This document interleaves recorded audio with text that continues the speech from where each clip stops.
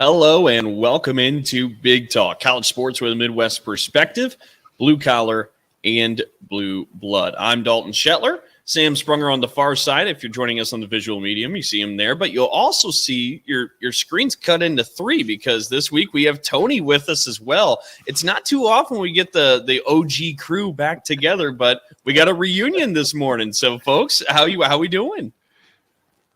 Doing good. If you notice, if you're watching us on screen and you're not on Spotify, Dalton and I look alike. They always say, dress to be who you want to be. I wanted to dress like my hero, so I dress like Dalton. I even get to go on a workcation starting tomorrow as well to Vegas. However, Dalton works like 3 times harder than I will. So I'll at least get to enjoy my workcation a little bit while I'm out there. Tony, I don't know if you see, but there's some stuff right there. Is it a little brown? Yeah, a little brown? Yeah, okay. Yeah. You know he doesn't pay the bills, right? Oh, I know he doesn't. well, the true test too of the Michigan State apparel use is go green, go white. Attaboy. Okay, he's passed. He's good to go. I'm not even a Michigan State fan, and I know that. Come on. That's the test. It's not extremely exclusive, but you better know it if you're going to wear it. That's yeah, you got to know what to respond. But okay, real quick, I live in Ohio, and there is a certain thing that happens in Ohio, Dalton. I know you know it, and Tony, I'm pretty positive you know. If you walk down the streets of Ohio and somebody yells OH, somebody else is supposed to respond with an appropriate. I didn't want to finish it because, but I actually, if somebody says it to me, they think I'm from Ohio. I just look at them and go, "No." So it's oh no. That's a pretty good response to keep in the pocket. Yeah, I try. It was always great whenever I'd have like tour groups come in from Ohio, and everybody from that I worked with was typically from California or Texas, and I'm like, I would ask one person, I'm like, hey, where are you guys from? Oh, we're from Ohio. And I was like, oh yeah, I want to show these guys something because they're never going to believe me whenever I say this. Watch. That is awesome. Well, it's going to be an interesting show here today because we have some conference realignment talk to get to. Now, last week we had prefaced that we thought some of this might end up happening. We'll hang on. We'll see what happens. It was like less than a couple of hours. All of a sudden it was happening. Yeah. So all of last week's show was an entire Big Ten football season preview, which we dug in pretty good. But now we do have the official conference realignment talk happening because, folks, Washington and Oregon packing their bags and heading to the Big Ten. Let's just start there. We've had about a week to digest this news. Sam, let's start with you. How do you receive that news? It's about time. Looking at my watch because we'd honestly, when they've been vetted and approved by the college or the university presidents, it's not a surprise. You're just kind of like, when's the other shoe going to drop? In Colorado going to the Big 12 or going back to the Big 12 was Tony and I even talked about that.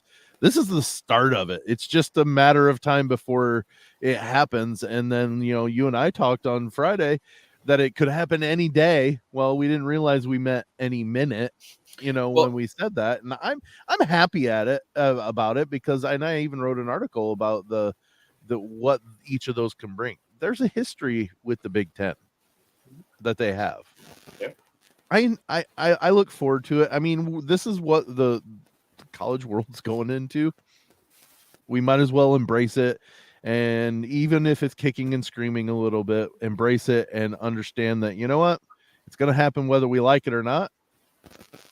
Let's have fun with it.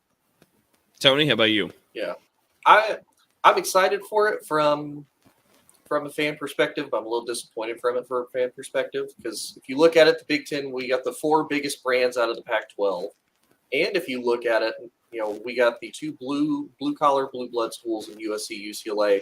We got really the 2 most successful recent Pac-12 schools, aside from Utah, that have been consistently competitive and consistently good for about the last 6 to 7 years in Oregon and Washington.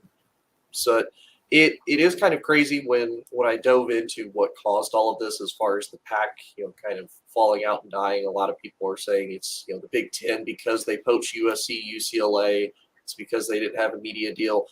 It was a little bit of both, but it was primarily the media deal, and because when all of these new media deals started to come apart, it was every school needs to get an equal fair share. Whereas for a long time with the pack, the USC and UCLA's used to get a little bit more because you think about it, they were really the people bringing in recruits, bringing in the competition into the Pac-12. Because you got to think about it. We look at 2006 when USC first, the last time they faced off against Texas for a national championship, they were one of the top tier teams. Nobody else really competed. Then 2008, started to see the downtrot for USC. But they were making the same amount of money as the Washington States, as the Oregon States. So this was something that was a long time coming. It's just really surprising at how quickly pretty much everything happened. Because we got to think this happened, within about a little over a year.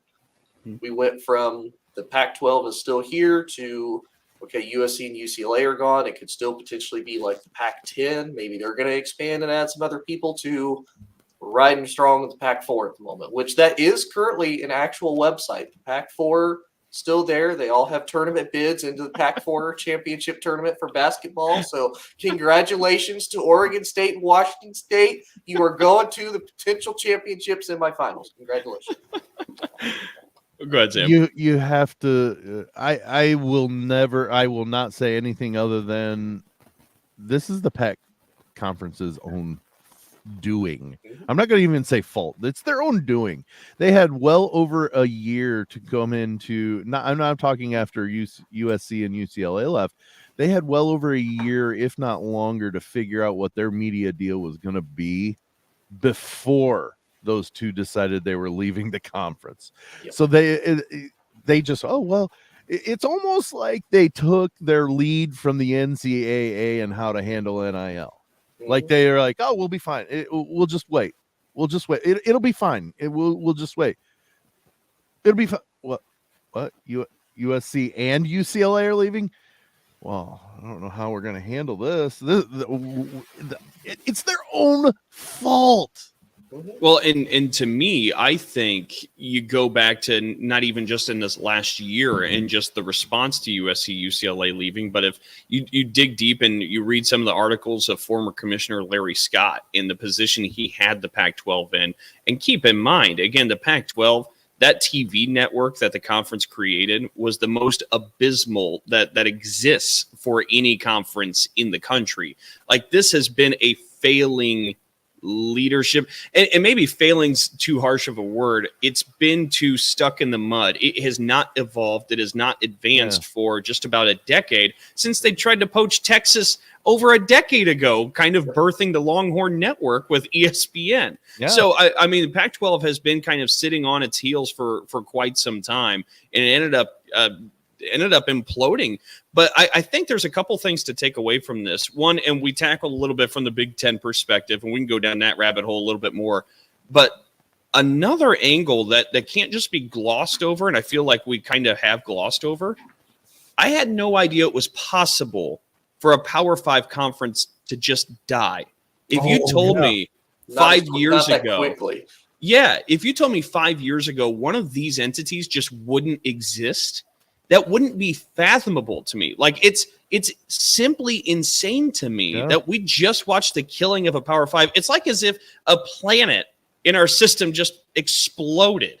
And we're just like, oh, yeah, that just kind of happens. Like, it's nuts what just happened. We just saw the death of a Power 5 conference. Is it possible to ask or to even correlate the NIL kind of killed it? Or is it the media deals killed it? I think it's both. Yeah, go ahead, Tony. So I kind of broke this down when all this first happened on my podcast. So basically what had happened, and Dalton alluded to it with the Pac-12 network. So when that first came out, the Pac-12 were the sole owners of that network. They did not partner with ESPN, Fox, NBC, CBS. They didn't partner with anybody. It was just them. So then what they were also hoping is, okay, we're going to try to appeal to the cable market as far as regionally. So we not only have the Pac-12, but we have Pac-12 Oregon. We have Pac-12, Southern California, Utah. but they didn't have anybody to partner with. So when they came to these cable companies, hey, we want you to carry the Pac-12 network.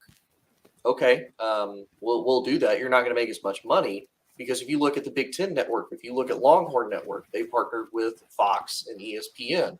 So then ESPN, they can go to ESPN and say, look, if you want to be able to carry ESPN can go to any cable provider and say, look, if you want to carry ESPN, you have to carry the Longhorn Network. You have to carry the SEC network. You have to carry all of these, and you're going to pay us money in order to be able to do that.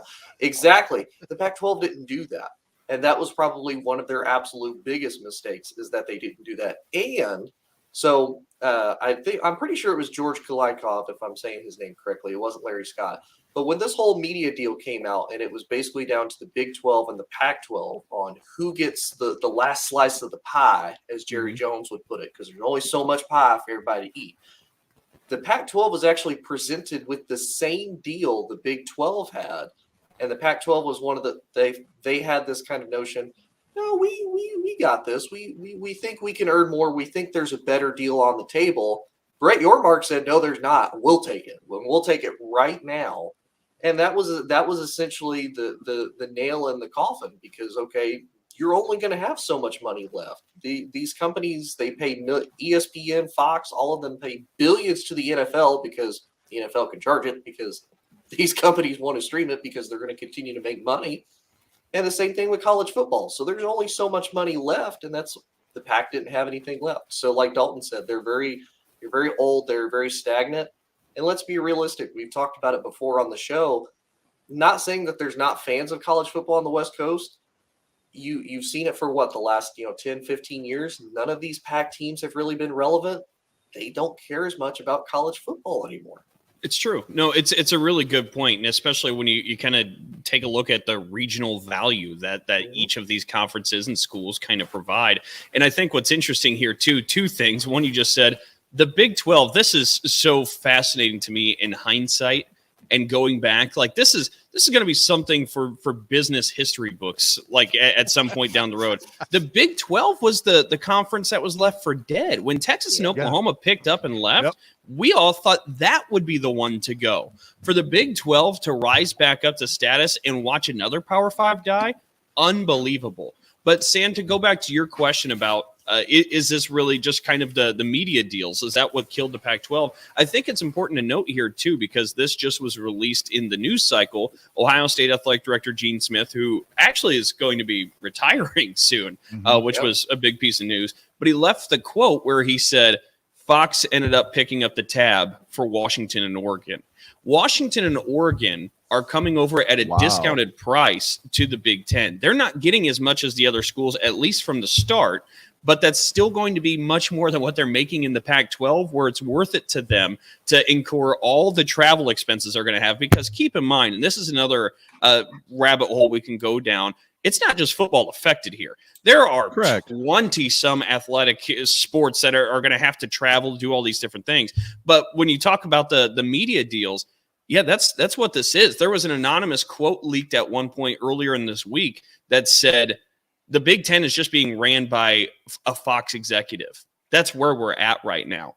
And here's something else that I found interesting from a couple weeks ago at the Big Ten Media Days. And if I've told it already, I apologize, but bear with me for just a moment. But spoke with Gary Stokan, who's the Chick-fil-A Peach Bowl CEO.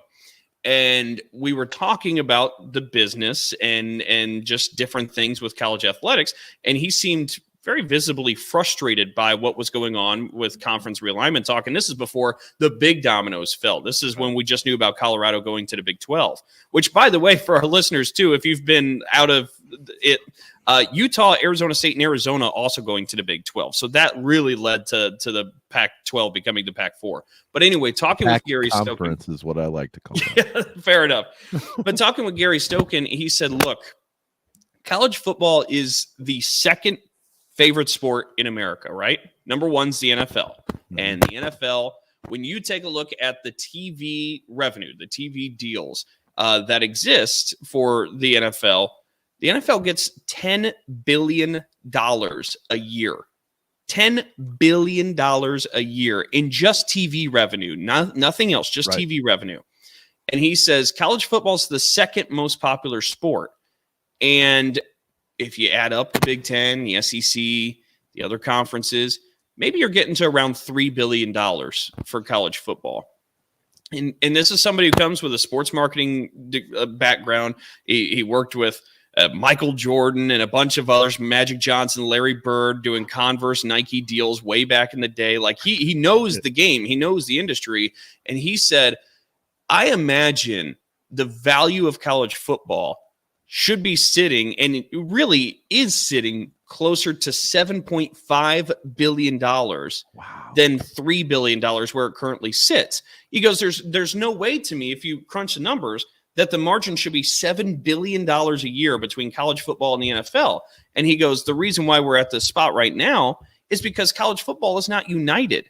And so his suggestion is college football should break off, be its own entity, have one leader to help do these things. But he says, look, college football comes to or actually doesn't come to the networks. The networks go to college football and say, hey, we want this, we want that, we want this. This is what we'd pay for it. Where the NFL says, all right, look, Thursday, Amazon, you want it?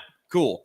Sunday, let's split it up between CBS, Fox. Night, NBC, you're in. Monday, ESPN, you got it. Like the NFL has a package that it delivers to the networks, where in college football, it works the other way around. The networks are pitching to the college football conferences. And in an estimation of a guy who's insanely credible in this industry, he says college football is leaving $4.5 billion on the table by doing it this way. But college football is just currently, this is the landscape. They're not united enough to be able to make that happen. But that's a big deal. And when you think about this arms race, when you think about this arms race we're seeing with colleges just fleeing of tradition or regional ties just to jump in and grab whatever dollars they can, and to see the big picture, college football, they could be making 250% more money if it was just a united approach. That is something to chew on too when we think about this. I was talking to someone, and we were having a conversation. What's Cal gonna do? We were looking, and it's not because I've got an affinity for Cal. I feel their lease on their stadium, they're paying an exorbitant amount of money for their lease, or to pay off their new stadium. Excuse me. Until like 2132, like an absurd amount of time. And like they are left holding a bag that they're like, what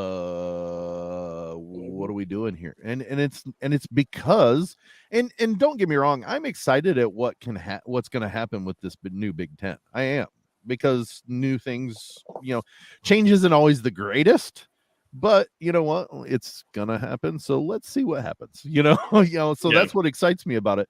But like USC and UCLA leaving, that might have been why Cal was so like worried, is where are we gonna come up with this money? They've got hundreds upon hundreds of millions of dollars that they've got to come up with. They don't have it anymore. They don't even have an avenue for it anymore. Yeah. And the ACC voted to not bring them or Stanford in. That just happened in the last couple of days. So now Cal and Stanford, I mean, you're looking at, what do you think, Tony? Probably either the Mountain West or maybe the American at this point. Maybe the American, but here's the other bad part for them too, is, right now as it currently stands, them being in the Pac-4, they're making the most money. If they go to the Mountain West, they take a massive pay cut. They go from roughly about $20 million a year just in media to $4 million. Yeah, and by the way, and I'm sorry to interrupt, like you're not wrong, but what the Pac conference has in terms of value, like I don't even know at this point how much of that contract is in violation, because there's so many players that are not a part of that contract when they signed. But like whenever that is up, even if they're able to have it honored by the TV networks, like that value is going to so far decrease, where I don't know that the Pac conference has more value than the Mountain West or American if it's just Oregon State, Washington State, Cal, and Stanford. Well, here's the other bad part. So that's kind of the other weird thing, is everybody was asking, what about some of these buyout fees and whatnot?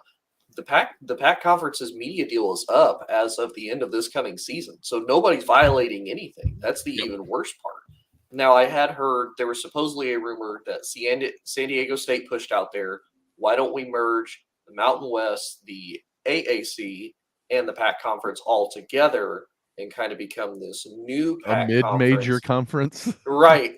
And it's one of those, when you look at it, you're like, how much really sense does that make? Because even all collectively, your still 4 biggest brand schools are still going to be Oregon State, Washington State, Cal, and Stanford.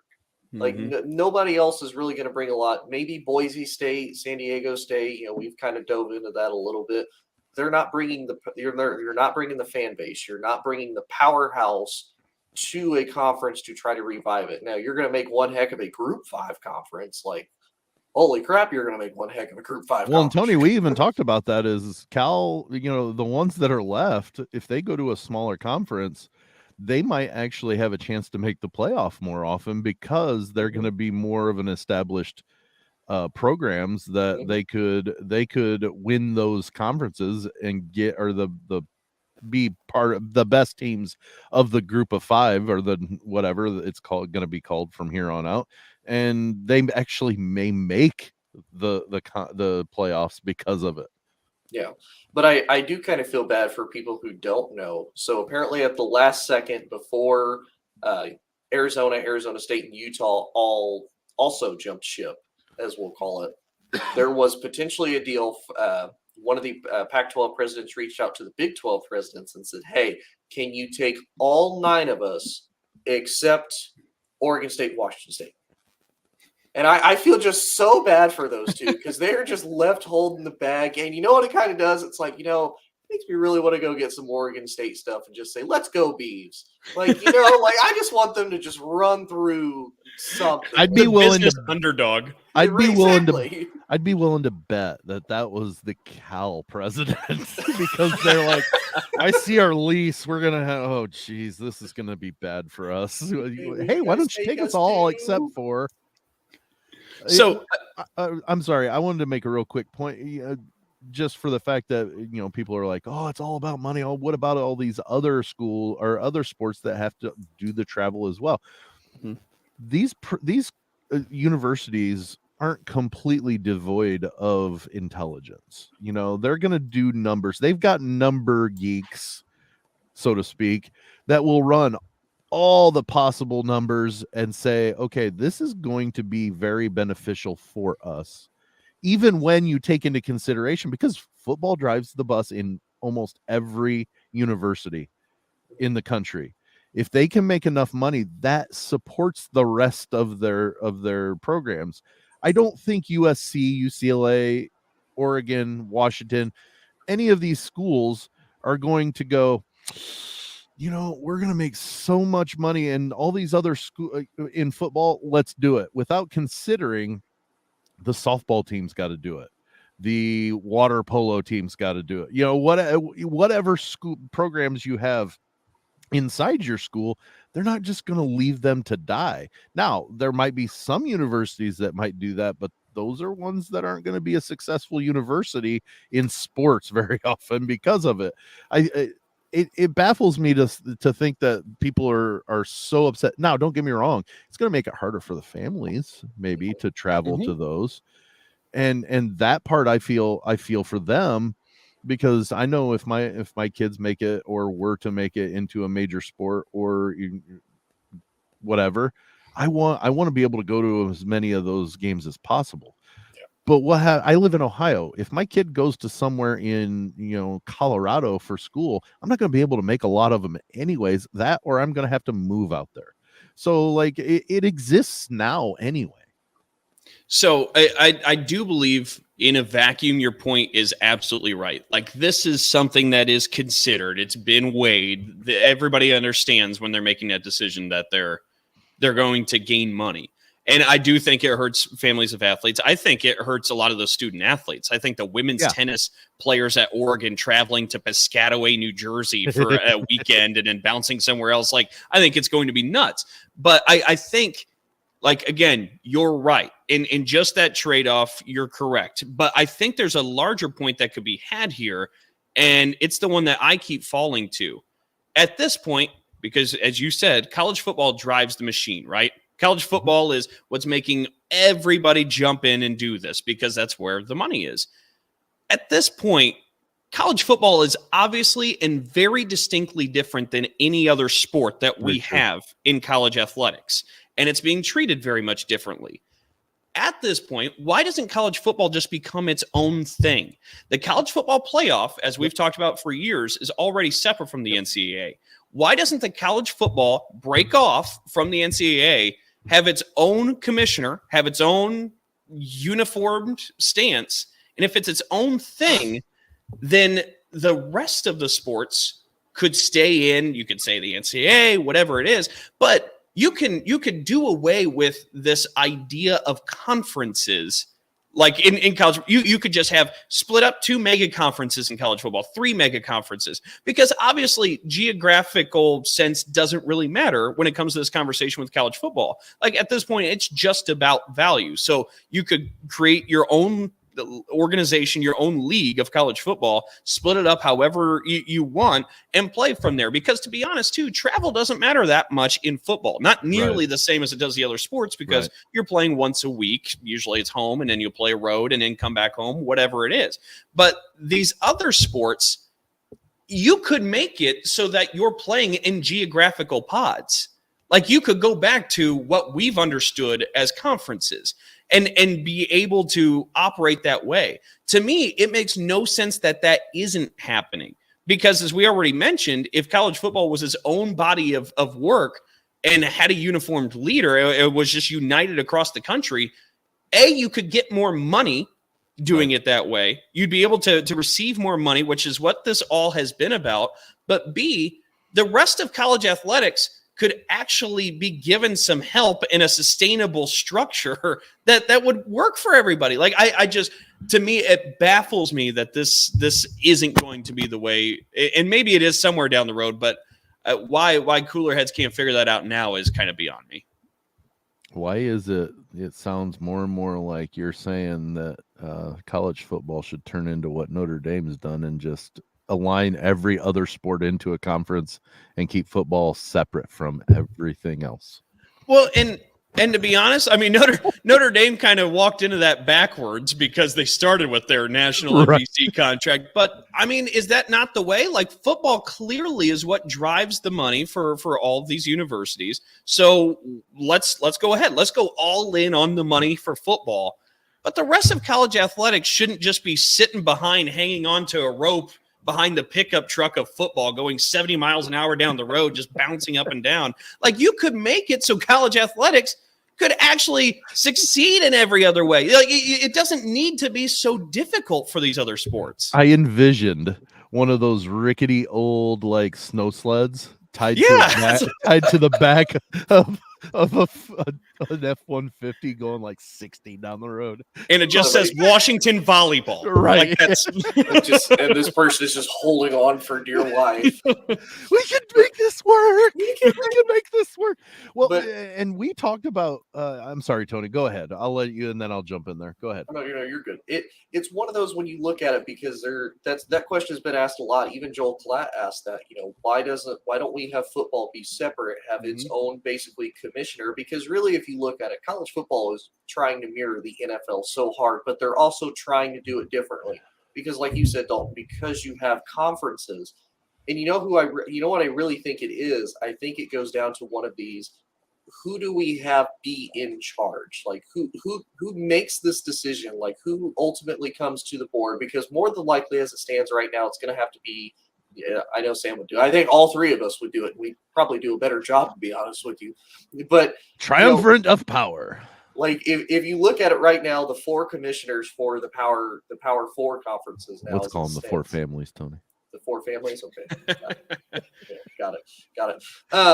So you get them together. They all collectively have to say, you know what, we're going to appoint someone that's going to be the overall person that's in charge of just college football, and this is what we're unanimously going to agree on.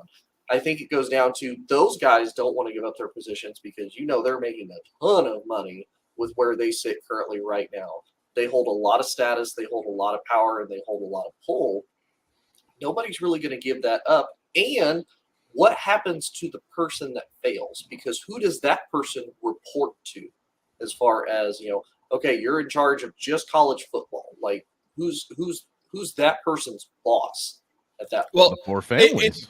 Well, I was going to say it's the university presidents of all the schools in the country, and that's kind of the setup we have now with conferences. Like a conference commissioner really is just supposed to be the singular voice representing all the university presidents. Like, I mean, you at the end of the day, university presidents are going to drive the ship, and they just need a head to represent them and be able to pull them together. Like. But you also have to think too, like you said, with the university presidents. But a lot of these guys that they point in, they have the best intentions for. Greg Sankey has the best intentions for the SEC. Tony, I know his name starts with P, but I can't remember. Petiti. He has the best intentions in for the Big Ten, and those bests and those what they feel is most important for them is going to completely differ from the SEC and the Big Ten. So I think that's kind of where you also come into. There's still a little bit of that. I would say tradition and like geographical part to it of these people are looking at what is best for us in the SEC. We're going to differ than what is best and what is good for us in the Big Ten. And I think that's where you're going to have a lot of those issues. And of course, like you said, the more these media companies come to college football and say, hey, look, we're going to pay you more money than what they're making right now. Again, like Jerry Jones said, there's only so much pie. I want the biggest slice of the pie. Well, if that's the case, though, Dalton just, talked about, college football is leaving more than twice what they're making on the table. So if they would unify, excuse me, to the point where they put somebody in charge of their goings on, there's going to be a bigger pie for those schools. There's going to be a bigger share of what they have potential to make. When number 2 is separated by more than what they make collectively from the NFL, there needs to be something to happen because, granted, even if they're separate from one another, from the rest of the sports, football's still going to fund a lot of those sports that are on 100%. Campus. So therefore, if you're leaving $4+ billion with a big B on the table that could be there, that's almost just like neglect in the aspect of we're so greedy that we can't unify to make even more money. Like their greed is standing in their way of making a bigger piece of the pie. Yeah. Well, and like you said, that's kind of what we see without it being unified. Because if you kind of look at it, you could make the argument that's what the PAC conference did, and then the Big 12 came out from underneath them and said, "Fine, I'll take it."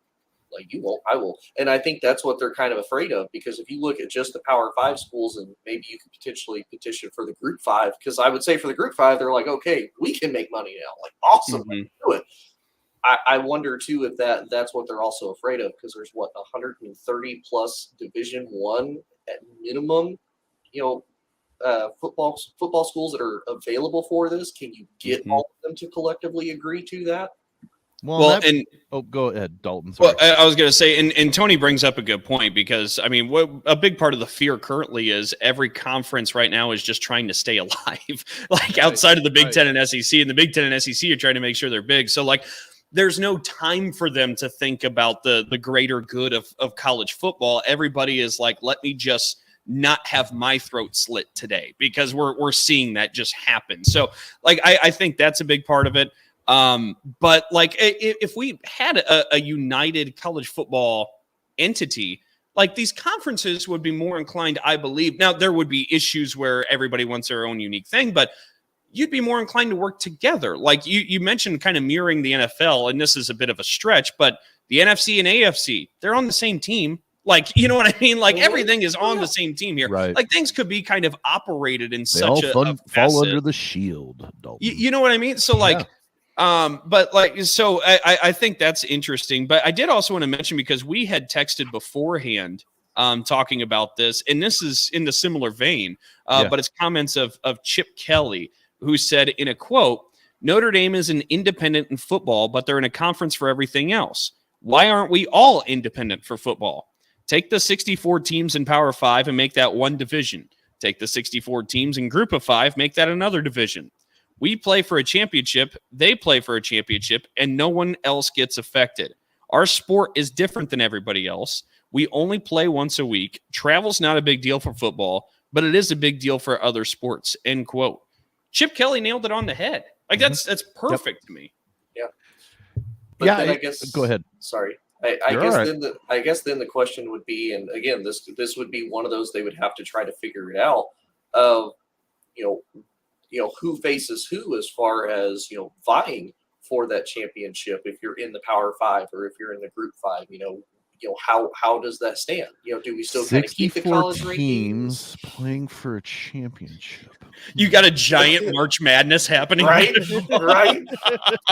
Yeah. So I mean, it is funny that it kind of ties back into basketball. But yeah, that's something that I wonder if people would be like, wait a minute. So the Bamas, the Ohio States, the Michigans, they get kind of the cupcake end of the schedule because let's be honest, if Bama has to face Duke if they're in the allowed first round to of schedule 64, their own, if they're allowed to schedule their own, I was talking to somebody, same gentleman that I was talking to about Cal. Why isn't the NCAA taking care, or the conferences taking care of the extra games? Because you know what? You're getting Michigan playing UNLV, East Carolina, and Cupcake City Mac, whatever school this year. It might be. Was it Akron? I think it's whoever it was. You've got those all three going to the big house. Why not? And I know Dalton and maybe even Tony, we've talked about why don't they do a little thing like the college basketball season starts off with, and start sponsoring some of these games at the beginning of the year, and having Michigan play Utah, and having Alabama play, another big school, TCU, at the start of the season, and have some big name matchups. Especially since we've got 12 teams going into the playoff, it's not going to matter as much if you lose an early game. I mean, it's recoverable now, the way the system is now. But like you can afford to have a slip up if you're playing a team at the beginning of the season that is formidable and tough, but it can only make you better. I mean, let's look at Tom Izzo. He plays everybody and their brother that is good for the end game at the end of the season, because then his team is ready to make a run, and because they don't cower to small or to stronger teams because they played them already. Not necessarily that exact team, but they played tougher teams already. Well, and I think that goes back to one of the parts of our conversation where we said football's inherently different than these other sports. I mean, Tom Izzo can take 6 losses in the non-conference and still be okay. But you know what I'm saying is no. I do. You could pair those, with the 12 teams. There's gonna be 2, maybe even 3 lost teams in that playoff, and they're gonna be just depending on who they lost to.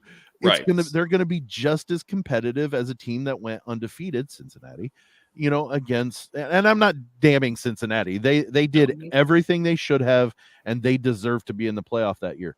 Yeah. But you can't tell me that there's probably not a team that had a couple of losses, but it was eliminated from CFP possibility because of the 2 losses that could have probably competed with Alabama better that year. Well, and to echo a lot of Penn State fans, because I've met a lot of them, they agree. Look at all the great Penn State teams that have come in, 1 loss, 2 losses. That 2016 squad. 2016, they won the Saquon Big Ten and still couldn't get in. Didn't even get in. Like that. So, yeah. You kind of look at it, there's going to be 12 spots. 5 of those spots are absolutely secured between the Power 4 and then whoever's the best of the Group 5. There's spots, there's potential, there's chances, and more than likely, how much you want to bet.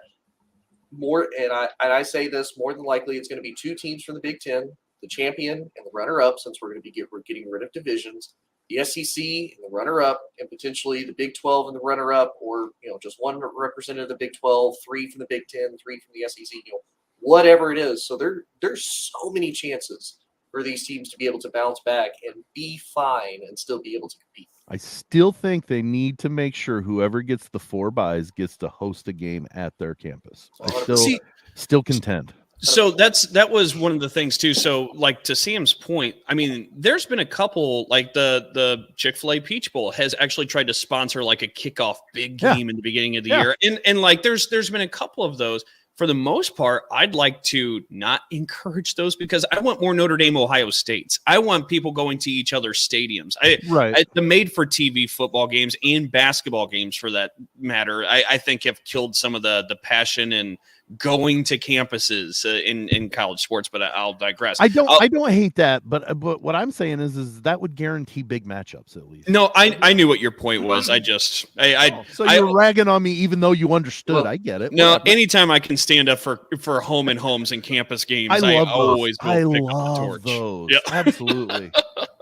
I just to me, a buy, yes, that's a reward because you've done what you needed. But the ultimate reward would be hosting in the middle of February or January, Ohio State hosting Florida State, let's say. That's a distinct advantage. Oh, yeah. And you know what? Sometimes the Florida State's going to win, but that's a distinct advantage that should be given as a reward because, they've got to play in it too, but they're more used to running around campus in the middle of January to where it's freezing cold. They don't like it, but they are at least a little bit more used to it. I think I think they're if they don't do that, the CFP is missing a huge feather in their cap with their new setup. Yeah. And plus, I mean, I know they don't necessarily look at it as much from a college fan perspective, but if, you look at Super Bowl tickets, they're at minimum, you're starting in the thousands of dollars to even remotely get into the Super Bowl. And that's for like super bad nosebleed seats. Mm-hmm. If you look at, one of these games, like you said, Ohio State versus Florida State, and it's it's not even for the national championship. They're still going to be stupid prices. They're going to be stupid prices, but me as a fan, I'm more than likely to pay a slightly less stupid price than I am my whole mortgage payment to go sit up in the the balcony seats with pigeons pooping on me. Take this into consideration. Take this into consideration, Tony. I live an hour and a half away from Columbus. Yeah. If they're playing in the Peach Bowl for their first round, Ohio State. I'm not an Ohio State fan, but let's say I was, and then I live in Ohio. It's okay to have secrets. I'm not even close. But okay, let's say Purdue. I would drive to West Lafayette over driving to or flying to Atlanta and getting, I would make that trip to a campus and pay the exorbitant amount of money for the tickets because I get to see the campus that my team, resides. Wow. but then it makes it more accessible to that fan base that you're catering to because they were successful during the season. I just see that on campus thing is so much more of a reward for your season that you were one of the top 4 teams to get the bye. No, I completely agree. And fellas, before we end up closing out this show, I have one more element that I kind of want to talk about with the conference realignment. We haven't talked about this, so it's going to be a surprise. But we've tackled some of the TV deal stuff. We've tackled, again, I'll just throw out there again the anonymous quote sitting there that says Fox executives are running the Big Ten, which was like, whoa. That we've talked about a lot of those different things, the way college athletics will work in the future. But I want to talk about something more from the West Coast perspective. This was written by Jerry Brewer of the Washington Post, and I had a chance to talk with him a little bit about this. This I find a little bit fascinating too, and it'll kind of open maybe up to the perspective again for some of these fans of a conference that is just imploded. Mm-hmm. He wrote, as he talks about the future with USC, UCLA, Washington, Oregon going to the Big Ten. This is a quote. "This is the strategy of short-sighted television executives interested in filling slots across multiple time zones with the most easily compelling matchups they can imagine. On the surface, it makes sense to pay a premium to have a sprawling Big Ten slate on fall Saturdays. But visibility doesn't guarantee passionate engagement. Sports fans have provincialism in their DNA. Their backyard is the priority. Rivalries with neighbors, recruiting battlegrounds, and long histories fuel their emotional intrigue. During the regular season, that's the weekly draw.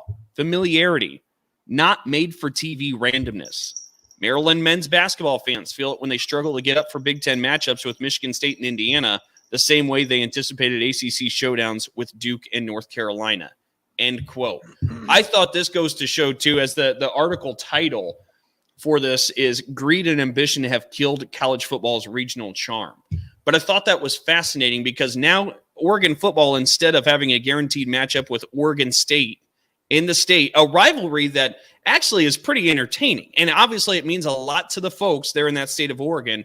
Instead, the Ducks will be traveling to College Park to take on the Maryland Terrapins on a fall Saturday. Like, there is an essence of this that has been killed off. And I suppose there's maybe two thoughts after that. One, just a reflection in how maybe emotionally that makes you feel and how it proceeds in the future. But two, aren't there going to be fans on the West Coast that say, like, look, I like my school, but I don't care to watch us play Rutgers. I want to see us play Washington State. I'm probably not even tuning in this weekend. Is that something that even exists as a possibility for fans? Well, sure, it exists, but honestly, I mean, you guys probably are way too young. Well, Dalton, you weren't even born, and Tony, I'm not even sure. Probably barely born. But Penn State moving to the Big Ten, that was a major thing when the Big Ten added Penn State. There were people that said, I won't watch it. I'm done with the Big Ten. And I still talk to them today, and they're, wearing their colors for their school. I think that's I don't know. It's possible, but I do that now. I don't want to watch Purdue and Rutgers. I will because that's what I do now, but like when I was just an everyday fan, no, I didn't even want to watch that, So, I mean, it's, and that's a heck of a lot closer than Oregon. So yeah, it's possible, but I think once they embrace it as this is, as a regular fan, you can't do anything to change it. You can only sit there and complain. And I'm not damning that. That's the nature of being a fan. There are things that you're unhappy with, you complain about them, or you make strong statements against what's going on. But once they get going, I think it's going to be one of those that, hey, I hate going to Piscataway as a Purdue fan. Hate it. Absolutely hate it.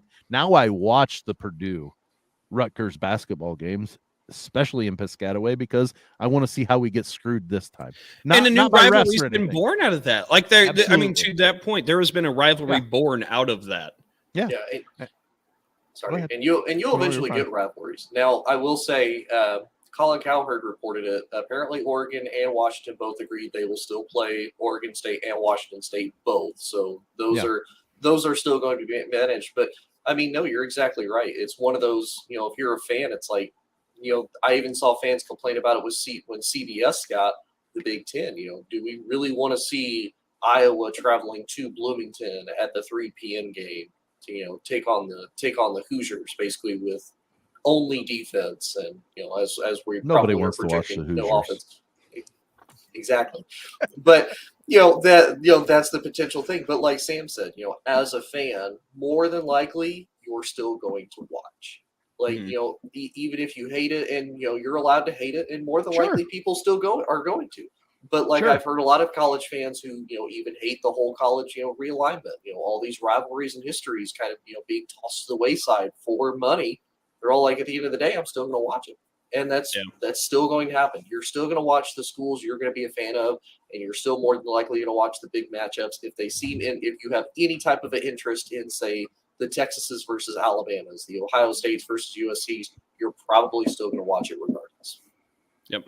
Well, it's still just something interesting to chew on, especially. I don't discount it, Dalton. I really don't. Yeah. That it's a legitimate point. I get it, and I don't disagree necessarily, but it's just one of those things that once a fan finally decides that, what, there's nothing that me sitting here complaining in my lounge chair is going to do for it.